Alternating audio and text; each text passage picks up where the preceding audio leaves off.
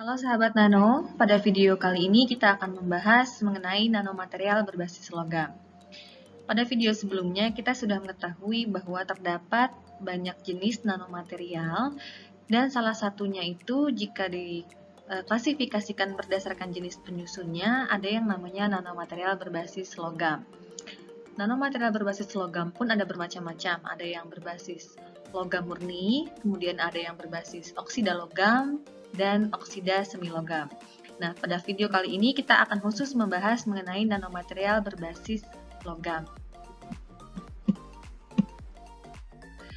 Pada video kali ini kita akan mempelajari mengenai pengenalan nanomaterial berbasis logam, kemudian sifatnya, kemudian aplikasinya di berbagai bidang kehidupan.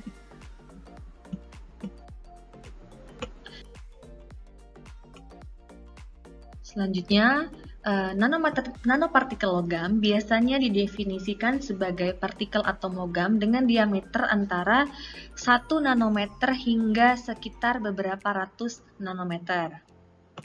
Dan nanomaterial yang kita bicarakan pada saat ini merupakan bentuk murni dari logam, tapi dengan ukuran nano. Jadi contohnya itu bisa aja nanopartikel perak, tembaga, emas, titanium, dan lain-lain. Atau bahkan bisa juga dwilogam atau kita kenal sebagai nanopartikel alginat. Jadi campuran dari dua logam murni.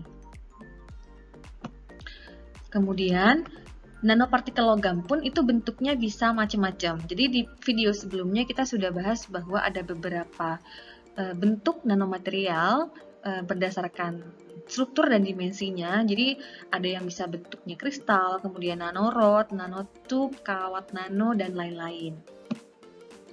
Kemudian nanopartikel berbasis logam seperti perak, emas, tembaga, dan lain-lain itu umumnya itu mendapat perhatian lebih di bidang obat-obatan atau bidang kedokteran. Nah, ini adalah contoh dari gambar TEM dari nanopartikel emas.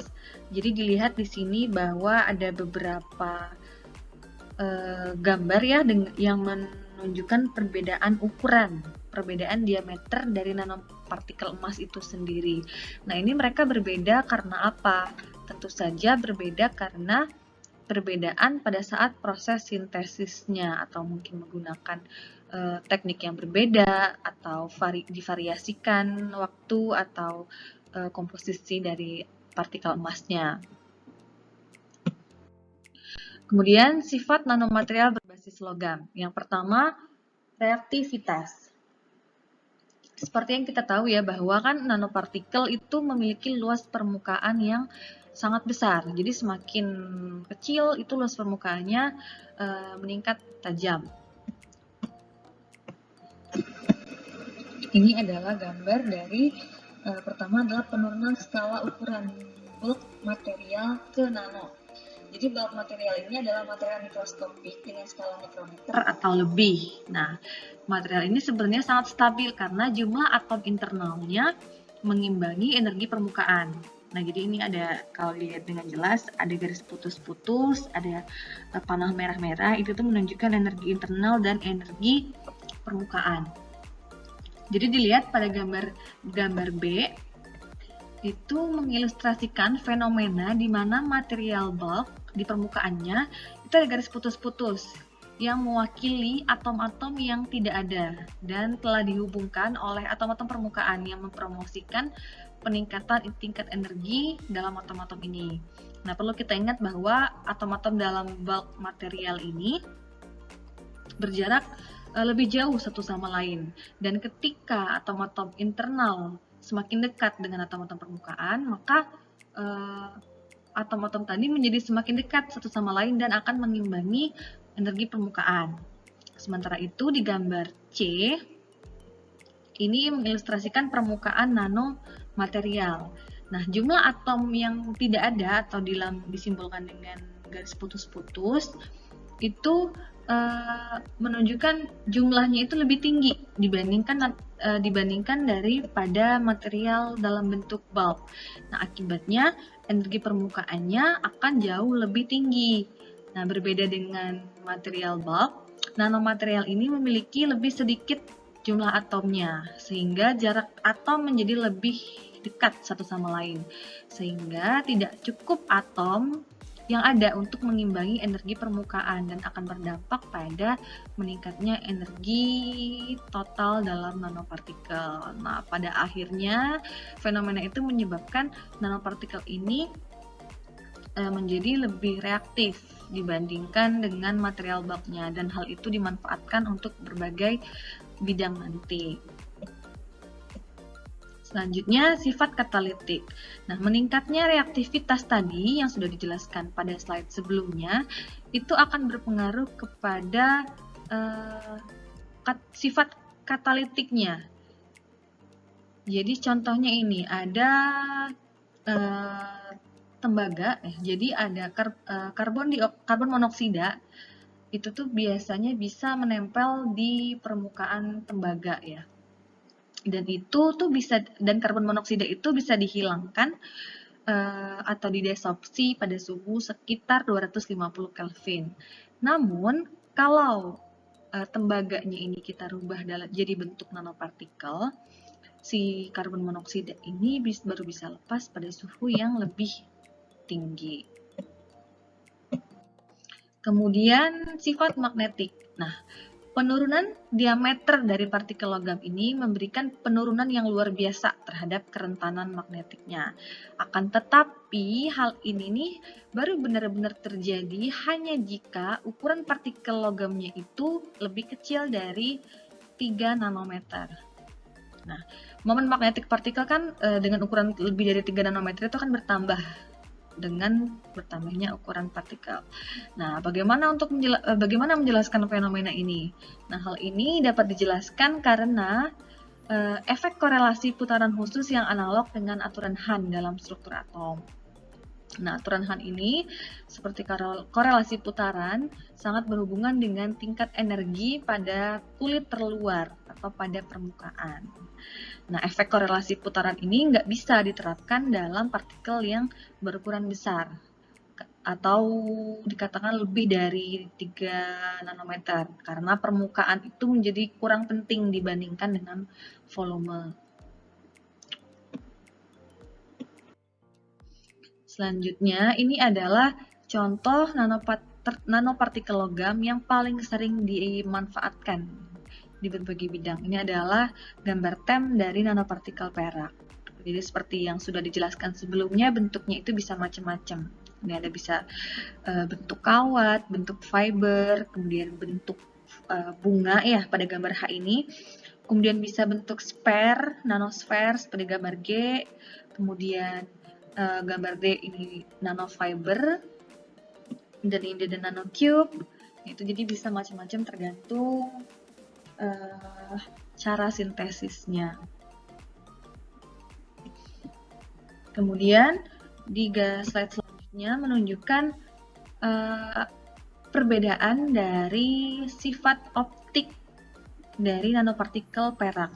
Jadi pada gambar A ini ada sampel nanosfer dari logam perak dengan diameter yang berbeda-beda pada gambar A. Sementara yang B itu berbeda-beda dalam bentuknya, dalam strukturnya yaitu nanoplate, dalam bentuk plat-plat seperti itu. Dan semuanya ini, semua bentuk dan semua diameter ini menunjukkan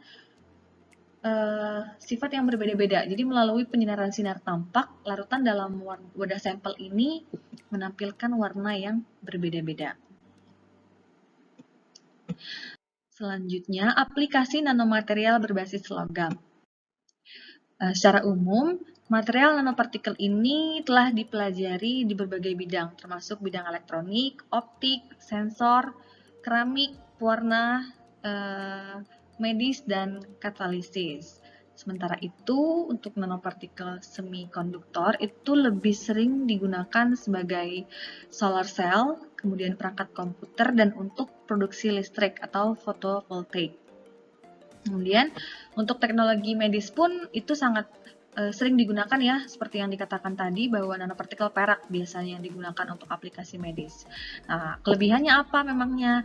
Jadi kalau di teknologi medis itu mereka memanfaatkan sifat nanomaterial berbasis logam yang menjadikan kinerja misalnya untuk sifat antimikroba atau untuk pengiriman obat. Jadi kinerjanya itu akan lebih cepat, kemudian lebih sensitif, lebih fleksibel gitu ketika kita memanfaatkan nanopartikel berbasis logam.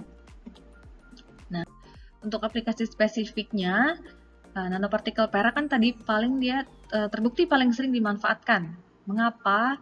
Terutama karena sifat antimikrobanya yang sangat baik terhadap virus mematikan dan mikroorganisme. Nah, misalnya itu nanopartikel perak sering dimasukkan ke dalam pembalut luka dan dimanfaatkan sebagai antiseptik dan desinfektan dalam aplikasi medis. Nah, jadi kemudian ion perak ini kan juga bersifat bioaktif dan memiliki sifat antimikroba dengan spektrum yang sangat luas, jadi bisa untuk banyak bakteri. Jadi dengan kita mengontrol ukurannya, bentuknya, dan permukaannya, kemudian keadaan aglomerasi partikelnya, jadi profil pelepasan ion perak itu dapat diatur untuk aplikasi tertentu. Kemudian nanopartikel emas juga sering digunakan untuk berbagai aplikasi, terutama itu di bidang optik, kemudian di bidang biologis juga. Nah, kalau sifat optik dari nanopartikel emas ini biasanya digunakan dalam aplikasi teknologi tingkat tinggi seperti fotovoltaik organik, kemudian pemeriksaan sensorik, agen terapi juga bisa ya, berarti dimanfaatkan ke bidang medis. Nah, kemudian sifat optik dan elektronik dari nanopartikel emas ini juga sangat baik digunakan untuk mengubah ukuran, bentuk, kimia permukaan, dan kondisi agregat. Kemudian nanopartikel besi. Nah, nanopartikel besi ini biasanya digunakan untuk bidang lingkungan. Jadi, Fe berskala nano itu menunjukkan kinerja yang lebih cepat dan hemat biaya untuk membersihkan polutan yang ada di tanah atau di air tanah jika dibandingkan dengan pembersihan polutan menggunakan besi dalam bentuk kasar. Nah, ketika logam Fe ini teroksidasi, kontaminan organik seperti CCl4 atau dioksin itu bisa pecah menjadi senyawa karbon yang jauh kurang beracun. Seperti itu. Nanopartikel besi juga biasa digunakan untuk melawan jaringan kanker, terutama untuk teknik pencitraan resonansi magnetik atau MRI. Kemudian nanopartikel magnetik itu biasanya juga dimanfaatkan untuk terapi kanker atau sebagai agen pengiriman obat atau terapi hipertermia dengan memanfaatkan medan magnet eksternal. Seperti itu. Baiklah, mungkin itu saja pengenalan mengenai nanopartikel logam. Kemudian tadi juga sudah dijelaskan sifat dan aplikasi dari beberapa nanopartikel logam. Nah, sampai jumpa di video selanjutnya.